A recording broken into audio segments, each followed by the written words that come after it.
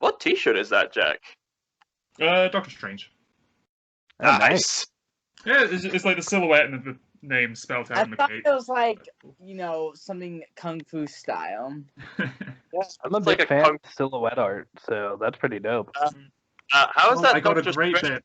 I drew some. Oh, right, I drew right. some Yes, fan I did. art of Simon Pegg from each film in the Cornetto trilogy and got him to sign some silhouette art I did of him for that. That was That's Nice, dude. Yeah. That'd actually be awesome. Silhouette can be very awesome for defining characters like that. Yes. which is we can get into that with this series again. The whole strong silhouette, recognizable poses, and everything for the characters and Yes. the animation. That's. I'm glad we have two Okay, we'll get back to sort of this fanboys of the show, and two people who are kind of eh. I think that's interesting. Good balance. I didn't know we were recording. Shit, sorry. Are we recording now? We'll start whenever. Yeah, we No. can edit this. It's out. up to Calum. He's editing. Recording that the whole time. I can edit bits out if necessary. Blackmail us with anything we said in the past 7 minutes. Hey, you don't want this bit in this week? Give me some money and I'll edit this bit out. Okay. Ready when you are. Welcome to Disney+Pals. Right. Long ago in a distant podcast, we, the pals of Disney Plus, kept reviewing too many Marvel shows. But a foolish Star Wars show made by Gennedy Tartakovsky stepped forth to catch our attention. Before the show could impress us, Neil got bored to death when watching this and flung himself in the podcast where my evil is law. Now the fool thinks he can justify his boredom and undo the unusualness that is Clone Wars. I Is this dare my say you origin just story? compared your love for this show to evil. Yeah. Yeah, you kind of made me sound like the good guy, I'm the Yeah. warrior that's fighting for what's right here. Hello, everybody, and welcome to Disney Plus Pals, a very specific month of Disney Plus Pals. This will probably be our first video of May, right? That's what comes after April? May? Think so? I'm bad at everything. May the 4th. Oh, maybe I should release this on May the 4th. Well, just make sure it's in May, because May is our Dealer's Choice month, where everybody on the cast will get to pick one thing, and we will review it. Today is Calum's choice, and I'm sure you figured out from the intro, we are reviewing the original Clone Wars. So, Cal, do you want to talk a little bit about why you picked this? I picked this mainly because we wouldn't stop shutting up about Marvel. And if we didn't do that, didn't shut up about it, would have been called the Marvel Plus shows. So I had to make a variety of it. So now we're doing Star Wars. You're welcome, fan base. This is the next Star Wars thing we did since the Wait, Lego Cal- Christmas special. Callum, you do realize the biggest criticism of this channel is that we only talk about Marvel and Star Wars, right? We're going back to Star Wars now. Anime or something. Literally, there's a whole... The entire beginning of Disney Plus Pals was exclusively not Marvel and Star Wars, so that we could refute that. Variety show. You've only confirmed their suspicion. This is the second show I'm here to talk about, and it's been Marvel and Star Wars. This is pretty on brand. Although, ironically, during a stream the other day, I was like, oh, what should I do for my pick? And I was, bringing up Disney stuff. I was like, oh, I'm thinking about doing Tangled, maybe Mulan. Nice. Everyone requested Marvel shit. What? That's ironic. Yeah, they don't know what they want. Does You don't know what you're doing! Does any fan base in anything know what they want? No. A Hawkeye TV show. That starts. Well, some individuals know what they want, and that's why a lot of people on YouTube are seen as the best, but a lot of people don't agree with that. Well, Calum, why specifically this version? Like, why did you specifically pick this? You could have picked anything on Disney Plus. Like you could have picked Revenge of the Sith. You could have picked Empire Strikes Back, the Ewok movies. They're on Disney Plus now. Well, you also could have picked Mandalorian, and for a minute you were like considering that. So I'm Well, curious why here's you the went to this. Firstly, I was going to do Mandalorian, but you have this very strict 3-episode rule that you wanted to apply. So I thought, okay, so clearly we can't do the whole thing, despite people undoubtedly wanting us to do the whole thing because the whole thing's already passed. But so then I thought, something shorter. Ooh, I know. I'll do this. That was one of the reasons. Second reason, I really love Gennedy Tartakovsky's work, even though this isn't really his best. I would say like Samurai Jack is his best work because this is a guy who takes animation quite seriously and tends to focus on visual storytelling and action. You probably noticed that watching this as well. And just before the chat, we noticed that this is drastically different to what we would later see in the Dave Filoni version of Clone Wars. And something that's just realized is that people love Dave Filoni for different reasons that people love Gennedy Tartakovsky. Gennedy Tartakovsky is the sort of 70s cinema, spaghetti western, epic samurai kind of style, where it's very visual, it's a lot, pretty moody, there's a lot of focus on atmosphere, and I'll go into depth later about the visuals, about like posing and pacing and things like that. Hey, you want to know something? The Star Wars started in the 70s, so I think that fits perfectly. Yeah, and in a metaphysical, meta-narrative sense, like this is actually a predecessor to what we would later get. This, back in the day, this micro series, if you can even call it that, was George Lucas hired Gennedy Tartakovsky because he liked Samurai Jack, so he hired him to do some work to promote the prequels. This was made after Attack of the Clones, as far as I know, and this was made to promote Revenge of the Sith, and because the ending of this ties into Revenge of the Sith at the time, even though this is kind of considered non-canon now. And there are some crucial events that happened in the second part, but we won't go into too much depth there, since we're talking about part 1. Well, that means we can review the second part later. Yeah. In the future. The future! That's where it's going to The future! Yes.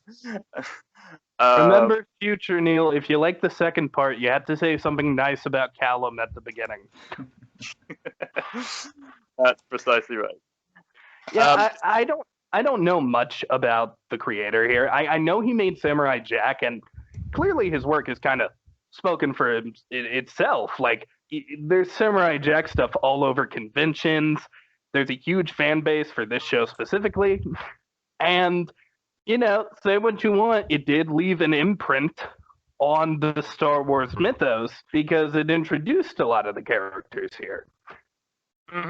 It introduced Asajj Ventress, who would become a frequent villain in Dave Filoni's Star Wars.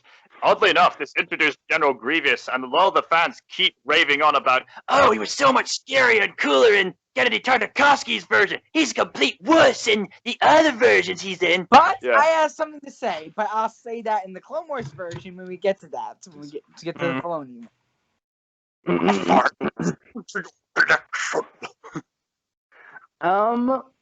But yeah. I mean, like, I'm probably, like, I'm not gonna lie, I didn't really like this.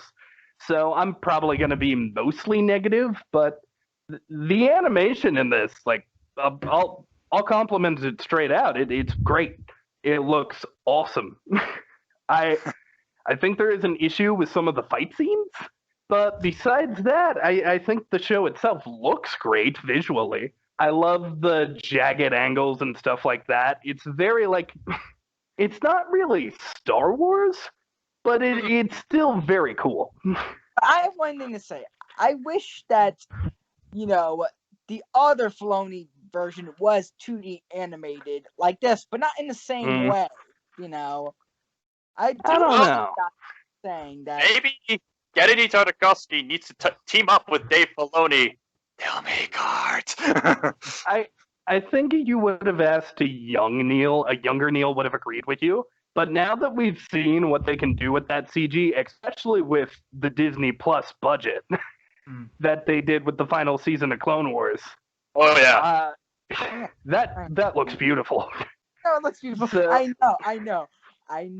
But I'm just saying, alternatively, It could have been cool, but I like what we got a lot. Yeah. That look is very Star Wars to me. But you know, I almost wish we kind of got it from the beginning like that. You know. Jack, what did you like just before we even dive too much into the show? What are some general thoughts about the creator, or like just going in? How did you feel? Because you mentioned you've seen this before. Yes, but it was a while ago. I am a reasonable Star Wars fan. We got midnight opening night tickets for Episode 9.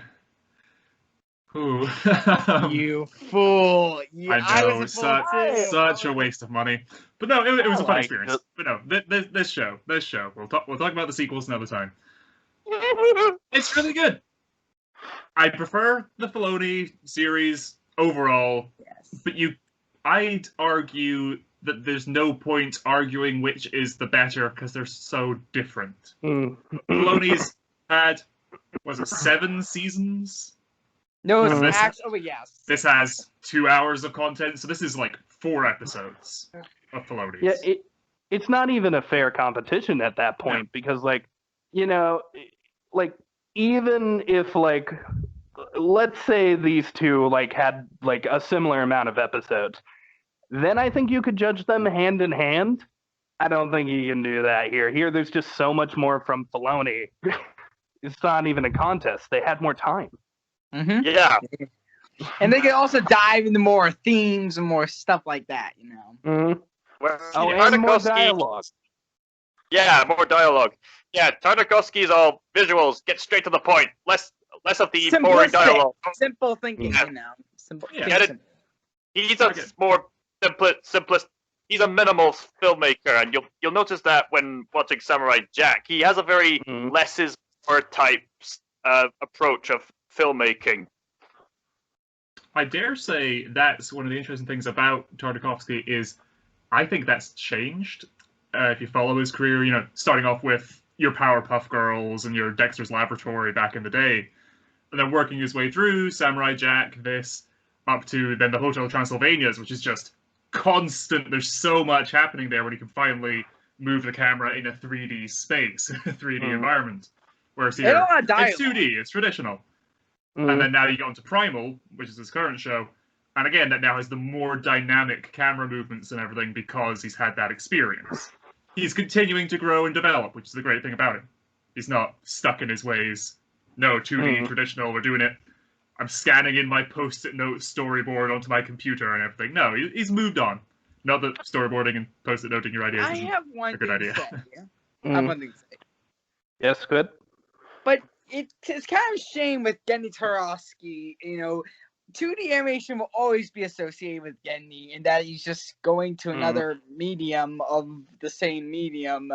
It's kind of like, you know, if he doesn't do 2D again, what will that say about him? Well, he is doing 2D. Primal is 2D. Yeah, I was going to say Primal 2D. He hasn't turned his back on it and gone to work for Pixar or anything, no. I mean, eventually, if he does get sick of 2D animation, what will happen to him? Well, I think we've seen with stuff like Hotel Transylvania and the fact that this guy clearly has, like, vision and, like, a talent for this. I think if he had CG, I don't necessarily think that's a bad thing. I think that, like, it would be different, and there might be a mental adjustment for not only the people watching, but the people creating it. But, you know, this guy did a pretty good job. I don't really see him dropping the ball if he's got to switch mediums. No. And again, he's a director. He's not... he is on the ground doing the work as well, but he's overseeing primarily. He's the guiding hand of God in his own shows, you know? It's not Oh, of bad course. that he switches CGI. I mean, you have to go to more varieties, more expand your horizon. But I Yeah, gotta of make course. sure that his heart and core it will always be associated with 2D animation. I mean, I'm sure. I'm just honestly happy. Like, I haven't seen Primal, but I'm happy to hear that he seems to have shifted. Because I'm gonna be real, and I'll just jump into the review here. I think the biggest problem with this is the fact that like they tried to do the show don't tell thing, because like usually when you show me things in like a movie or a TV show, I'm pretty receptive to that. Like, I like it where there's not a ton of exposition and such. I like it when, I can sort of get the story visually. But here, it just felt like instead of telling me the story visually, it really felt like there was kind of a lack of story. Like, it honestly just felt like short dialogue, fight scene, short dialogue, fight scene. And some of those fight scenes were not visually interesting to me. I think the first one, specifically with the clone troopers, where they're just fighting the droid army and they're like pointing their guns and none of them talk. It wasn't cool to me. It didn't like really catch me in any way. Later on, there were a couple that I thought were pretty good and pretty okay, but specifically with the first few, like with Obi-Wan and this new bounty hunter guy, Anakin in the dogfight with Ventress, that one at the beginning with the clones, none of them seemed interesting enough to stand on their own as action to me, and there just wasn't enough context for them to be a short story. Now later on, they do correct this, and I'll be talking about some of those later. Like, there's one which I thought was pretty good and was pretty, like, suitable and satiating as a short story, but, I just wasn't feeling it at first, and I'm wondering how you guys felt with the first couple of short vignettes. Yeah, it does get better down the line, and the second part does get better. I think this is one of those series where they must have learned from their mistake and do perfect their craft. Like, the episodes do get, when they were airing it, do get longer and longer. Like, they were doing like little snippets. Like, I wouldn't be surprised if this was like a kid who like some kind of advert for Star Wars and a children's show or something like that. I think it was aired between actual episodes of other shows. I think this was an ad break sort of thing. Which is kind of a damn shame, actually. Yeah, honestly, like, I want to judge it how Disney Plus presented it. And Disney Plus presented it in this hour format of 2 episodes. So I was like, okay, I'm going to watch these episodes. And I got to be real, guys. This is the first time this has ever happened to me on this podcast. This might be the first time this has ever happened to me in years. It's definitely the first time it's happened while I'm watching Disney Plus. I fell asleep. This show bored me to sleep, and that's not a joke. I was like, I was kind of hyping myself up. I was like, all right, Star Wars content I haven't seen. That's rare. I believe I sent a message about it. I get 20 minutes in. I'm out like a light.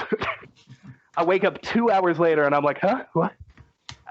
And I noticed that, like, I dropped my phone, so it paused on the 20-minute mark, and I was like, oh, you gotta be kidding me.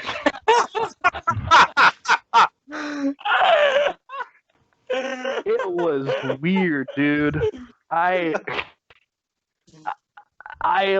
had that moment where I was like, oh, am I gonna hate this? But no, I did end up liking some of it. Overall, I think, like, if I'm being as brutal as possible, overall, it was kind of a mess. Like, there was a lot that didn't feel like it connected. There was just too much action. This is like a 1-hour thing, and I know that they were meant to be short vignettes, but judging it how it is on the platform, this is like a 1 hour thing, and there's like, what, 20 action scenes? I think that's what Honest Trailer said. It's just so overwhelming. That's what he said. Again, this is not his best work. I mean, it's okay if it's not his best work, but I gotta judge it for what it is. I think even if it was just excerpts of his best work, if it's just these really amazing action scenes from some of his more recent works, you shove it into an hour-long marathon of just watching fight scenes, it's gonna drag. I had the same problem. I think I really enjoyed it, but Disney Plus, please format it as each individual episode rather than 2 hour long. How many seasons would that be? Actually, One. I have this. If you get it on DVD, you get the same format. Unfortunately, you got exactly what you just saw here, and then what you see next in another disc with Anakin looking as he did in Revenge of the Sith. With all the credits just shoved to the end. I think that's the thing, because if they were to format it as each individual one, you'd have the credits taking up like half the runtime of each episode. That's another thing I didn't get. So, Anakin's design in this, he looked pretty young. So I was like, okay, we're doing Padawan Anakin, that's okay. And I guess I mentally forgot that this takes place during the Clone Wars, because I was like, at one point I saw him fighting and I saw his robot arm and I was like, oh yeah, he lost that. This takes place before the third movie. You look like you're 12. Yeah. I have a problem with Anakin's design. His face, he's just pouting the entire time he's on screen. Actually, until the Vader has a moment. kind of Vader moment's cool, tradition. but I can't take him seriously. In Symbiotic Titan, there's a lot of angsty teens, and he's kind of getting that tradition still with his next series. Again, with more angst in his teenagers. Yeah, Symbiotic Titan, that's rather different from, this is still meant to be your Hayden Christensen Anakin. I hate to be that guy, but I feel like it's nearly impossible to not compare this to the other Clone Wars. I don't necessarily want to be like, oh, one is better than the other, but there's so many. They're essentially the same idea, where it's like, okay, this is what happened before Darth Vader. Like this was the short vignette before we got the movie where Darth Vader becomes Darth Vader. And I just feel like the ideas present here honestly kind of feel wasted, and all of the good ideas from this show found their way into Clone Wars. Like the Dave Filoni one. Like there is literally an episode all based around two Jedis being stuck under rubble in Dave Filoni's Clone Wars. That's in this episode. And of course, like Grievous and Asajj Ventress. I'm honestly glad they took the character of Ventress and put her into Clone Wars, because I thought she was kind of wasted here. Oh yes, actually yes, she was killed off like way too early. She looked cool. That was it. Yeah. But it's funny that you mentioned too much action. It's kind of ironic. Samurai Jack is the exact opposite. Like, most of the show is very, very slow atmosphere. That Samurai Jack focuses a lot more on the build-up to that action scenes. So it's kind of... Sorry. So are you saying that can be an issue too? But go ahead. So you're saying that Genny's like, wasting his time, or like, him not doing his craft? No, I think he was I'm not even like insulting the dude. I think that this was like, okay, we need like some little action scenes that we can play between the shows. That way, if someone's just channel flipping, they'll see a cool little action scene, stick around, and maybe they'll watch our show. Yeah, I think that was the goal here. Unfortunately, that's not how Disney presented it. This isn't playing in between some of the other Disney Plus shows. this is presented as its own movie. So I need to Imagine judge they it did as a that. movie. Imagine. Well, this was done back in the day. It was George Lucas. He said in interviews, it's like, oh yeah, episode 2 is the start of the Clone Wars. Episode 3 this is was the before Disney, end my of the bad. Clone Wars. And then So there was going to be none of it in the films. So he pushed for the, I think it's like the Clone Wars multimedia project or whatever, and this was sort of the spearhead of that. It was, okay, filling in the gaps via your animation, your comics, your stuff like that is all now, again, largely Legends canon at this point. But it was meant to be, this is what actually happened, this is, pay attention to this, because again, people would have seen this and gone, oh my gosh, this General Grievous guy, what the heck? I need to go and see this I need to go see the movie now. And it's also, get your Wolfman Jedi action figure. It's all merchandising, and it was all to build up hype for the films. And again, it was over like a 2-year span. It was just steadily filling the gap. There's like a shot in the show. Just I think this like kind of confirms what you were saying about the merchandising thing. Kit Fisto is in Revenge of the Sith. He dies pretty quickly against Palpatine, but he is in the movie. So I feel like they were like, okay, well, do one of these animated things and throw Kit Fisto in there. So we get like a short vignette of Kit Fisto just killing a bunch of dudes underwater, you know, being the Star Wars Aquaman. Has pretty much nothing to do with the rest of the plot, except for it is a battle in the Clone Wars. Well, but it is the Clone Wars. Yes, I mean, yeah, but the story they're setting up here.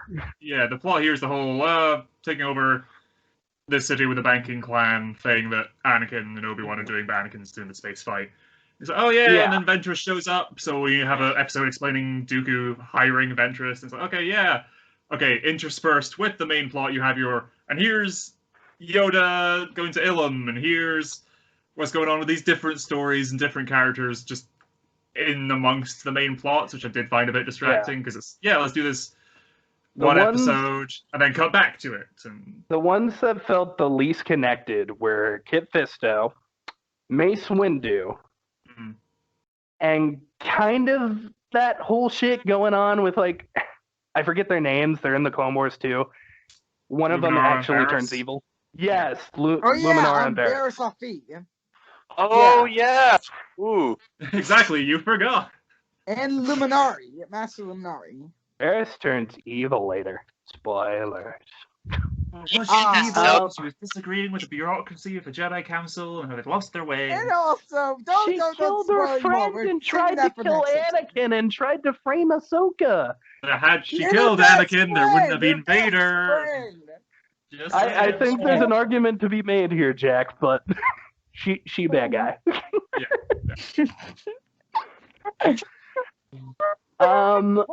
So did you guys have like a favorite, I guess, scene? I can't really call them episodes. So did you have like a favorite part, like something you wanted to bring up? I have one. Oh, that's good. I love when Obi-Wan was facing against, his name is Dune, and he's like, and when he was trying to kill him, he's basically like this Dirge. What? Dern, yes. I'm sorry, but also he's in Legends. He's way more expanded. He's like this unkillable being, like this thing made out of mass. And every time he keeps cutting it just keeps growing back, and it keeps, and also backstory on him. He's a bounty hunter who hated Mandalorians. So the whole reason he joined the Clone Wars is because the clones are clone from Mandalorians. And I just love the animation with this guy. I mean, Gennedy really was doing a lot with the animation. Well, Squid, that thing with the Mandalorians is a really cool story that I wish would have been voiced in the show. Well, if I can take a quick tangent here on Dirge. Yes, again, Legends, and this is a part of Legends as well, with the comics and everything, giving his deeper backstory. And I agree, when his armor's broken and he's the big muscle, fiber, tentacle monster thing, he looks really cool. When he's sitting on his little skull motorbike with his massive lance, that looks a bit goofy to me. But the fun thing is, as of this month, I believe, he is canon again. Really? He's in the Dr. Really? Alpha comics that are coming out right now. He's just reappeared. Really? Oh, That's nice. He's got a brand new Wikipedia page and everything. You know, I say what heard you he want was about back, but I Star had Wars. a look, and literally Dude, the he only has bio to be the Bad information he had. Batch. They could do. I- He could be a Bad Batch, but I feel like that's a bit further down the line. I feel like if I we're going to feel get like- him... I feel like Afra is a good pick for him. I love Yeah. Dr. Afra. She's sassy. I could see I her did read talking Dr. that character down. Yeah. So Yeah, he's she always back. had He's canon have again. Darth Vader. She's one of the women You who know- always stick with Darth Vader. With this guy, though, you know, he answered my big critique. Like, I was just sitting down and I was like, you know what Star Wars needs more of? Tentacle beasts. And here this guy comes in. And he's got Those are bad. tentacles. He's a big Resident Evil flesh monster. Really fits my desires here. It's that joke that every Star Wars property has. Oh, I got a bad feeling about this. You have to have R2 and 3PO, and you have to have tentacle monsters. That's every Star Wars movie has to have it. Yeah, when That is very when much. in a non-Star Wars movie, Harrison Ford gave his opinions where he said, "Tentacle beasts. Why'd it have to be tentacle beasts? I think you mean snakes, which are actually like tentacles. Those are Yeah. kind of tentacle beasts." That's the joke. I know it's just Calum, did you have a favorite part? Oh, I'm glad you asked. I have at least 3 or so favorite parts from part 1 in particular. Focus mean- on one at first, because you know me and Jack are also going to give favorite parts. Yeah, I'm sure you have several, but I think I'm the one who can best explain this one scene. Like, the whole General Grievous fight. It's Okay. amazing. So, basically, yeah, thank you, Jack. Yeah, bring that on there. Bring him in. Find a disappear collection. So, yeah, the only strange thing about the scene is that his voice is different, but they probably would have changed it to the voice we're familiar with now. I think there were some videos of some fans doing the recent voice dub like over this episode, but apart Well, from that, do you know who voices General Grievous in this? who? This is John DiMaggio. Oh, Really? my This is God, Jake the I dog, did yeah. not know that. That sounded nothing like him. That he also plays Bender in Futurama. Yeah. That Yep. this was Talented like voice actor. very high pitch for him. I know. Dang, good job. Very talented guy. He was also the Scotsman in Samurai Yes. Jack. And also, Just he was Joker in Batman and the Red Hood. Yeah, Yeah. Gennedy keeping his tight knit of voice actors there. Left hand or right hand?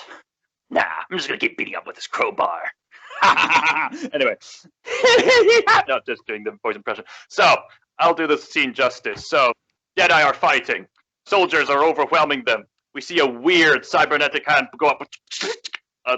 Like, imagine my pinky going sideways. That's his hand going. Everyone stops, and then the Jedi are going, unstoppable. He is unstoppable. And so he's like, okay, who is this guy? Keep in mind, this is the fans' first introduction to him, and I suppose even if you knew who General Grievous was, this is the first time we're getting introduced to this particular villain, and then we see the Jedi leader. Does anyone know his name again? The guy Wait, with the also, That's Keanu Keanu Mundi, I believe. and also, Yeah, that one is Kiana Mundi. Yeah. there's Mundi, also okay. a Shaggy character in there. I swear. Yeah. How could I bring that up? Yeah, Shaggy is great. there's a character. He looks like Shaggy, and he's literally called Shag-E. Wow. I think it's Shaggy. Yeah. That was. They made that joke on purpose, that Cartoon Network. So basically, he's encouraging them to fight on. Then you hear Grievous, even though nowadays it's a bit weird that it's different. But either way, you hear his voice going everywhere, just warning them to get ready for the fight, beware. And then it starts getting intense. Just silence. If there's one thing Gennady Tartakovsky is very good at, it's not only fast-paced action, but the build-up. He has very intense ways of building things up, so there's silence. Then you hear...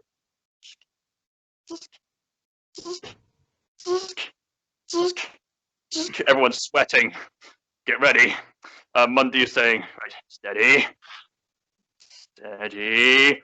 Shaggy loses it, charges for it, no, and then Grievous stomps on him, and then he stands up, big, tall, pale figure, unleashes his cape. There's all these weird cybernetics going out. He jumps up. They all back up. Grievous is on the ceiling. He has multiple. Well, that's actually not revealed yet. He takes out lightsabers and starts fighting away, and it's very fluid, very intense, and they're trying to get at him, but he's too acrobatic, and he's killing a few left and right to the point where it's just him, Shakti, and Mundi, and a few others. And it's a pretty intense scene, and we get back to the scene in the second part, but at this part, yeah, it's a pretty intense fight, and I think it was just awesome, and the build-up especially was great, if you ask me. Speaking of, you mentioned Shayakti. Was this the first of the Shayakti curse? Like, was this the first time she died? Nah, she survives this in part 2. Oh, okay, so she is in part 2. Yes. Yes. Okay. Otherwise, she would be executed in Order 66. Just to explain to everyone the Shayakti curse. Shayakti loves to die. And that's not a joke. So many times. She died in the Force Awakens video game. She died in a deleted scene from Revenge of the Sith. Unleashed. Oh, my mistake. Force Unleashed. I said Awakens. Frankly, if you watch something and Shayakti is in it, there's a chance she's going to die, and then later it will be made uncanon. I believe she's died in a handful of comics and books. Yeah. But the canon one, I think the official canon one, remember there's a vision that Yoda had of Anakin stabbing Shakti, and I think that's the official canon one. That was one of the deleted scenes from Revenge of the Sith. She had 2 deleted scene deaths in Revenge of the Sith. Seriously? Like, yes, one she gets stabbed by Grievous in the opening, and then another she's just sitting meditating during Order 66 while Anakin is just slaughtering the younglings. And Anakin comes to the room and she's like, Master Skywalker. Guys, come on now. George Lucas just really wants to kill this lady. Yep. What's wrong with that? Canon. Actually, Anakin it's not the murders her in first of her 66. kind that he wanted to kill. He also wanted to kill Ahsoka, too. Yep. Wow, George Lucas. Wow, it's 2021. Get with the times. Shakti ways to die. Yeah. Shakti's life matters.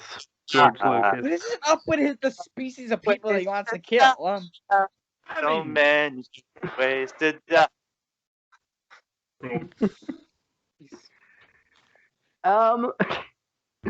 But yeah, it is always weird when I see Shayakti die. I really thought she died in this. I thought she bashed her head against a wall, but I guess not. I was also a little upset. Does Ki-Adi-Mundi die in this? Does he come back? Yeah. He survives this, and Apparently apparently the droid attack on the Wookiees. He has to be around for that. So wait a minute. Was Grievous's only confirmed kill in that cave Shaggy? No, I think he killed the other Jedi. Nope. Aayla Secura survives until episode 3, and Kruk, I think, was made up for this. I don't know if we ever see him again. Yeah, there was another character there as well, but I think he does. There was a hairy Jedi. He got killed. Yeah. Oh, okay. In my head canon, it was only Shaggy. And eventually, General Grievous made his way down the entire Scooby Gang. I've got a bad feeling about this, Daphne. Bruce DeRoars. We finally came up with a catchphrase for Fred. We need to split up and look for clues. Hey, I'm a ghost man. I got killed by General Grievous. I'll guide you the rest of the way. He's a Force ghost just haunting Kanan throughout Rebels because he's Fred, you know. He's just hanging out with Kanan. Before they know it, you see Scoob. We were in a movie together. Yeah, I agree. The Grievous episode, this one anyway, really good. I love his first appearance is the sleek, white, tall, imposing figure with just a white robe and everything. And then as the series progresses, he ends up hunched over with then a black and red cape. And the change throughout, I think, is quite cool with him just visually. And this episode has that just the iconic close-up of his eye, and you see the organics underneath the mask, and it's... I love me Grievous. Yeah. Grievous is This is how you introduce a villain. I thought he looked cool. I didn't hate this episode or anything. This is honestly one of the better ones. I do, however, have to go back to Clone Wars again, where they did a very similar idea to this in an episode called Grievous's Lair. I thought it was executed here in this a little bit better, because like Grievous is legit scary in both. But here, I think it has the advantage of just sort of like there are like 5 well-trained Jedi in that cave. All of them terrified of this one dude. And when the fight actually happens, he is impressive. I like how they do the spinny thing with his arms. I thought him wielding a lightsaber with his foot was a little silly. But, you know, it just shows that all of him is dangerous. Yeah, I agree. He's scary, but I think he's scary in a different way in that episode, because here, again, he's this big, imposing, unknown powerhouse, whereas in that one, he's almost more of a monster, like the episode's called, like you said, his lair. You know, he's crawling across the ceiling, he goes up and gets repaired, you see his weakness and everything in that episode. He's this wounded animal, but he has the terrain advantage, knowing the place, having control of the facility and everything. And I also like that there were no guns in the scene, because, like, I don't know if this is a criticism for anyone but me, but anytime there was a gun battle, I don't know why, I thought that was the most boring shit. Because they were basically just standing there, and the lasers would come out, and that was it. And to me, it wasn't done super well. Meanwhile, when you get the lightsaber fights, when you get the dueling, I found all of that to be quite impressive. Yes. Yes. Again, the blaster fights do get better in the second half as the series goes on and stuff, but it is a lot of in this first one, just the chaos of just pew pew pew pew pew pew pew just constantly for 5 minutes. I'm glad to hear that it does get better. But that doesn't help this one. No. Unfortunately. But I did have a favorite part myself. I don't want to be a Debbie Downer too much. I brought up earlier where I was like, to me, none of the action scenes really had like an interesting thing about them. They were all like kind of standard, and none of the stories felt that well developed. Meanwhile, I think there was one that was pretty well done. It was Mace Windu's. Oh, okay. Oh yeah, we forgot about that. And remember when My favorite scene. Remember when Anakin said that Obi-Wan is as powerful as Mace Windu, as wise as Obi-Wan? Well, this is where you see how powerful Mace Windu really is. Well, And if Samuel Jackson saw what this character did, I think you'd be pretty impressed. I'm sure he knows. There's a lot of expanded universe stuff about Mace Windu. He's actually one of my favorite Star Wars characters. But specifically, like with this little scene, it actually begins as a proper like to itself narrative where there's this little kid. He's from like a village nearby, and he sees like soldiers fighting. So he's like, oh, I want to watch the soldiers. And then slowly, as he's watching, he's realizing, oh crap, this is a threat to me. This is a threat to my planet. So like with this kid, he's just watching like the clones die and stuff. Mace Windu comes in, and this is another critique I have. Yes, even in the thing I like, I had something wrong with it. The Force kind of seems broken in this. If it already wasn't. There is a scene where there's like a whole army of super battle droids. Not normal battle droids. These are the big, supposed to be more dangerous ones. There's a whole army surrounding him, and using nothing but the Force, he kills all of them except 4. why is there a Clone Wars at all if you can do that? Just go to the droid factory. I think because he's a master, right? A Jedi master. Because he can. And not even then, man.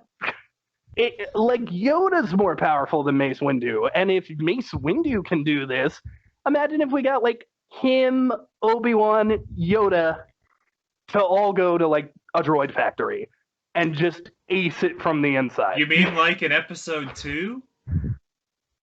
Oh, that happens in episode 2? Yeah, you know, the massive battle when almost the entire Jedi army shows up and hundreds of them end up dying to regular battle droids. Oh. At first I thought this was going to be an improvement, then you mentioned they die. Oh no. Well, anyways, I liked this. I specifically liked it because, like, I was like, oh, you need something interesting to, like, make this action cool, and they provided it in this scene. There is a spaceship with, like, a giant battering ram on the bottom that is creating earthquakes and craters. And that was a cool idea. And seeing Mace Windu deal with that, how he has to, like, jump over the craters even though they're throwing him. He's got to, like, keep getting up, and he still has to fight while the craters are happening. That was cool. Yeah, it was cool. And then after he successfully takes it down, he, like, meets up with the kid, and the kid offers him some water. He takes it, gives him a little smile, and leaves. And yeah, it was cool. It's kind of like I feel like that was a good. I feel like that was a good no dialogue little story. It was, here's Mace Windu, battling, stopping a spaceship, and he, like, meets up with this kid. It's just a simple, one and done narrative. And I feel like all of these little episodes were supposed to be that. Yeah, and only a couple of them are. Pretty well, actually. Yeah, I think he really pulled it off with this Mace Windu scene. I love the Grievous scene. I think it was cool. I liked Grievous. His voice, I like the other one better, but, you know, I love Grievous. I just think with Mace Windu, like, that was the one time I was watching and I was like, all right, this is a new challenge. I want to see where this goes. And when it ended, I was like, all right, I'm satisfied with this one. I can't wait to see the comment section. You should also note that, again, Gennedy is using visual storytelling. The prequels have been criticized heavily for exposition, and say what you want about the prequels, but there are various parts where there's crucial story elements, and Gennedy, being the great visual storyteller that he is, brilliantly shows, like, what characters are feeling or what these characters do through visuals alone. Like, there's a scene where, you know, Anakin takes off, and we Star Wars fans know that Anakin is in love with Padme and having an affair. So to introduce that in the series, all we get is a look. They look at each other, they wave, they're obviously gonna miss each other, and then they say it's off. Like, that alone is like, okay, they're a love couple. And then in the scene we just mentioned with Mace Windu, like, it's been explained, Mace Windu's the most powerful Jedi. Some other people are gonna go, all right, show it to me. I'm not gonna believe it unless you see it. Boom, shown it. He's pretty powerful. I agree. That scene with Anakin and Padme, though, I disagree with you there, because it's like, he flies up in his ship again, just pouting the entire time. Honestly, I cannot take Anakin seriously in this. If I hadn't seen the second movie, I would not have known they were a couple. I would have thought that, like, you know, she called him ugly or something because he's looking at her as if he has been insulted.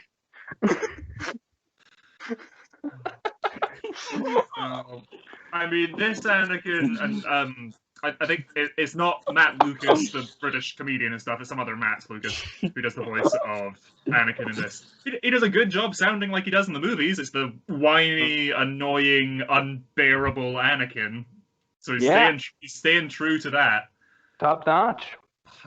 I want to talk about, like, in terms of one of my favorite bits, they've both been covered already, but one I want to throw into the ring is the whole episode is meh, but towards the end, the Anakin versus Ventress fight at the sort of Mayan temple location.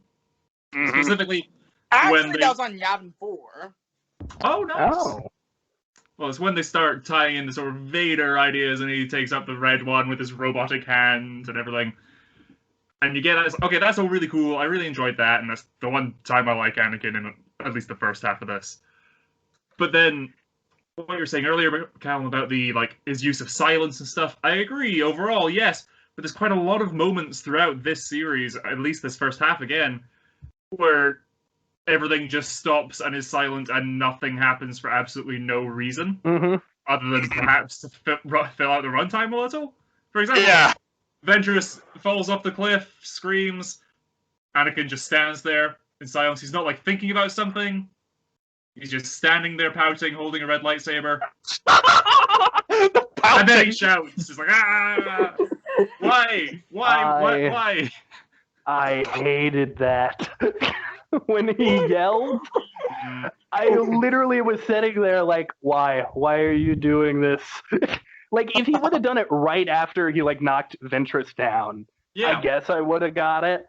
But there was a pause, and also he's not injured.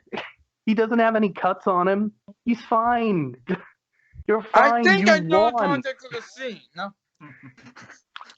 Remember with that business? I think he was being whiny. I think he was like, I had to put effort towards something. Obi-Wan was right. It was a trap.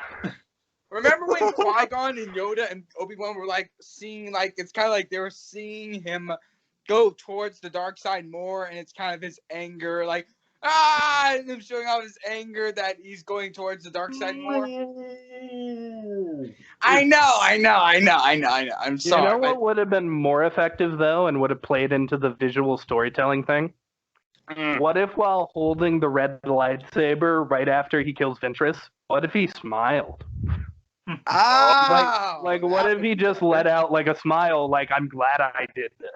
I'm glad I took you out. If there's some more aspect of him thinking this was the right thing to do. Because then he goes back to Obi-Wan and was like, yeah, you were right. It was a trap. Honestly, I thought the scream was fun, but now that you mentioned it, I think the scream could have been something like, ah! But instead it was more like a, ah! Speaking of screams, did you guys catch the Wilhelm? I love the Wilhelm scream. By the way, I meant to bring this up. Padme says, I have a bad feeling about this. Yeah. Okay, it might just be me. Did anyone else think that Padme's voice was the slightest bit weird? To me, she kind of talked like a stereotypical popular girl, the ones who are yeah, totally, I understand that. To me, it literally sounded like that half of the scenes. I'm gonna go look for Master Yoda. And I'm not trying to pick on anybody, but that's such a weird choice for Padme. I think because again, it's not. I forget the actress's name. Actually, it's Natalie Portman. Natalie Portman. Yeah, it's not her voicing the character in this. It's someone doing, a Natalie Portman impression. No, I think for some lines it works, but for other ones there is that slight hint that it doesn't quite work yet. But then again, they got in a lot of the actual cast. Anthony Daniels again is back for 3PO, and then a lot of these voice actors come back for the Filoni version, which is we're keeping that consistency. I'm sorry for interrupting. Yeah. What is it? Actually, the voice actor of Padme was either Great Dowsley or Tara Strong. No, we're talking about the original actress. No, but I was just getting what I was talking about. But okay. Yeah, so I'm this boy named Anakin Skywalker. She's so cute, even though he keeps ranting on about Sin, how it's coarse and often irritating. So I gotta kiss him anyway, because she's kind of cute. Anakin, you're breaking my heart. I'm just twins. Oh, no, you're okay, no more of this. No more. Let's move on. We're done. Palpatine. Yeah. I believe he was voiced by Tim Curry in this. Are you sure about that? He was voiced by Tim pretty Curry a little bit In in the Filoni The one, I Filoni believe. Nick Jameson in this. Oh, Nick Jameson did this. Okay. Sounds Yes, Palpatine is voiced by many different actors. Even throughout the Filoni one, there's like 4 or 5 different people who do him. I'm just gonna say it. The way he's drawn in this, how did they not figure out he's evil? It's like, Like in the this is movie. him before he got deformed by the lightning. Yeah, in the movies, he's just like an old man. He's just like, I didn't suspect him of being a bad guy until he was. I was a kid when I watched those movies. And here, if I would have seen him with that face, I would have been like, you're the bad guy. There's no way around this. You are going to kill me if I let you. Well, it is simplistic after all. And he is a politician. Yeah. And this is targeted more towards kids as well and everything. And I think it works quite well. He's the creepy, he's got the weird bony fingers that were so smoothly animated. But he comes over and he is already, even in this, playing Anakin against the Jedi Order and stuff. He's grooming him the whole time. He appears in one scene in this? I quite liked it. And everything is so heavily stylized that I don't think its design matters. There's also some other subtle storytelling of Anakin smiling when Palpatine praises him, but then Obi-Wan saying, look, you got to remind you but then of this and that, but then Anakin kind of frowns a bit when Obi-Wan is criticizing him a bit. Like, that was some subtlety of... It was subtle storytelling of He's holding me back!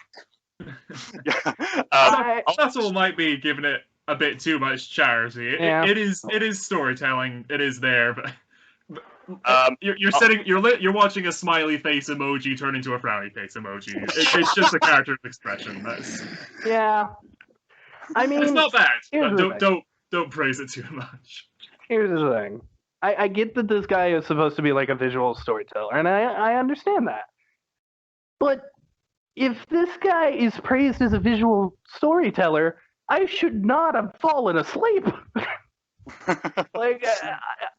Wow. You don't fall asleep during a fireworks show. Well, during the first, like you said, you fell asleep in like the first 20 minutes. A lot of that would have just been the incessant blaster fire, clone troopers just standing there. Pew, pew, pew. Yeah, I'll give it some credit. It does get better, but there is like one scene sort of towards the middle. It's the dogfight with Anakin that I did not like. There's a part where it's all one shot, and somebody would be like, "Oh, that's artsy. They did it in one shot." I cannot tell what is going on. The ship gets small at points, it gets big at points, it's far away, it's close. It made me nauseous because it never cut. Yeah, it's But probably the the animation worst scene in the whole thing. right? I mean, That's what we're it's still saying. pretty. And the thing is, again, this series, despite being heralded as, the 2D Clone Wars, has a lot of CG in it.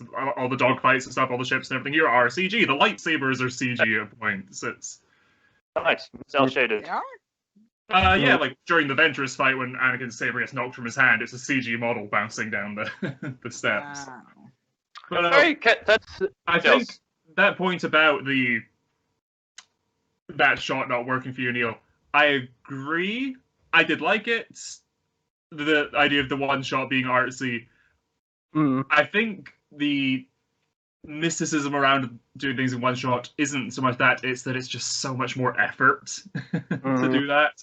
To get away with, again, like your Marvel cutscenes, fight scenes, there's always a thing of, they cut in time with every punch, the sort of thing.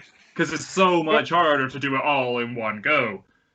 Marvel, Netflix, And don't Daredevil. get me wrong, Great. I love me a good tracking shot. I even love me a good still shot.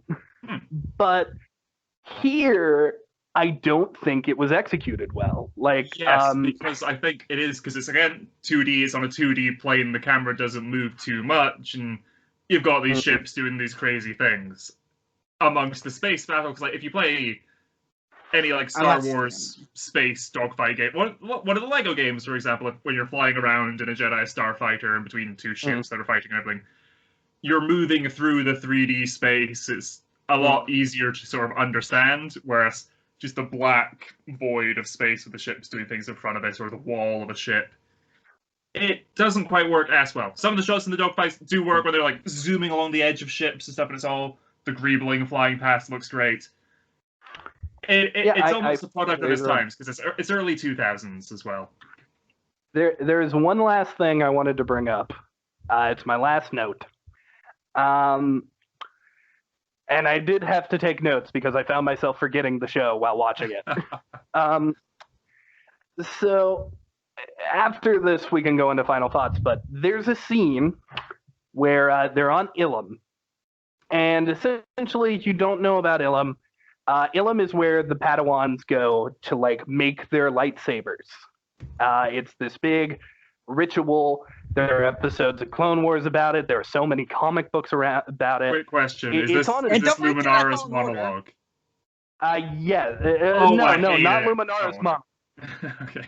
But do you want to bitch about that? We can. I'll bitch about that after you finish bitching about something else. Go ahead. Okay. I'll bitch first, then you. So there's a point after it's all over where essentially Yoda is like, how did they find this temple? And R2 checks a droid and it's revealed to be Dooku, and he's like, oh, Dooku! Yoda, my man. Dooku was your apprentice. You would have taken Dooku to Ilum. And since, as we have established, Episode 2 of Star Wars has already happened, we know that Dooku is a bad guy who's working with the Sith. Why is he surprised that Dooku told the Sith Lords where Ilum is? I think it's perhaps just that amount of betrayal or something, perhaps. Yeah, that like, maybe he wouldn't go that far. I don't know, though, because he, like, chopped off another Jedi's arm. He's been killing people. That's a fair point. It feels like Yoda, for as wise as he is, should have instantly been like, oh, well, Dooku, obviously. He's the only other person we know has been here who's actively working against us. Yeah. I think they took notes, so they decided not to do that in the Clone Wars, you know. Here it is. He's like talking, like, he's essentially saying, oh, there must be a traitor. And he's not even realizing there's already a traitor that he's fought.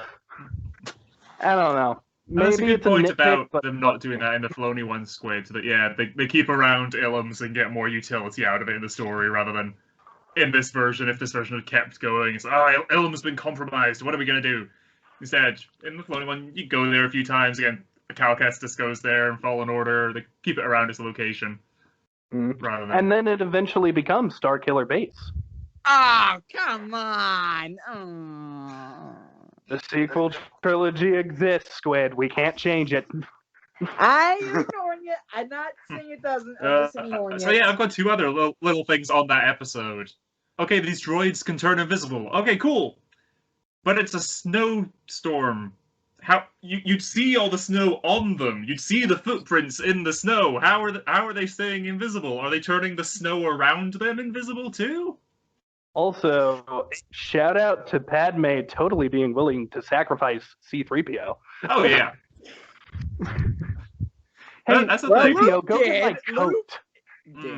Luke did. Well. There's two droids out there that could kill you. Go get my fucking coat. Yeah. I'll touch on that later, but no, the start of that episode, well, the previous episode, or however exactly it's divvied up, but the Luminara and Barriss bit when Luminara's like giving this monologue, looking into the camera, and you're seeing it from Barriss's POV, and she's using the Force to, like, build her lightsaber. Cool sequence. The whole show don't tell thing. Yeah, the show, it looks cool. What Luminara said, she's just pulling that out of her ass. That made absolutely no sense whatsoever. Oh, Luminara says, the crystal is the heart of the blade. Fair, it's in the hilt, but I'll give you that.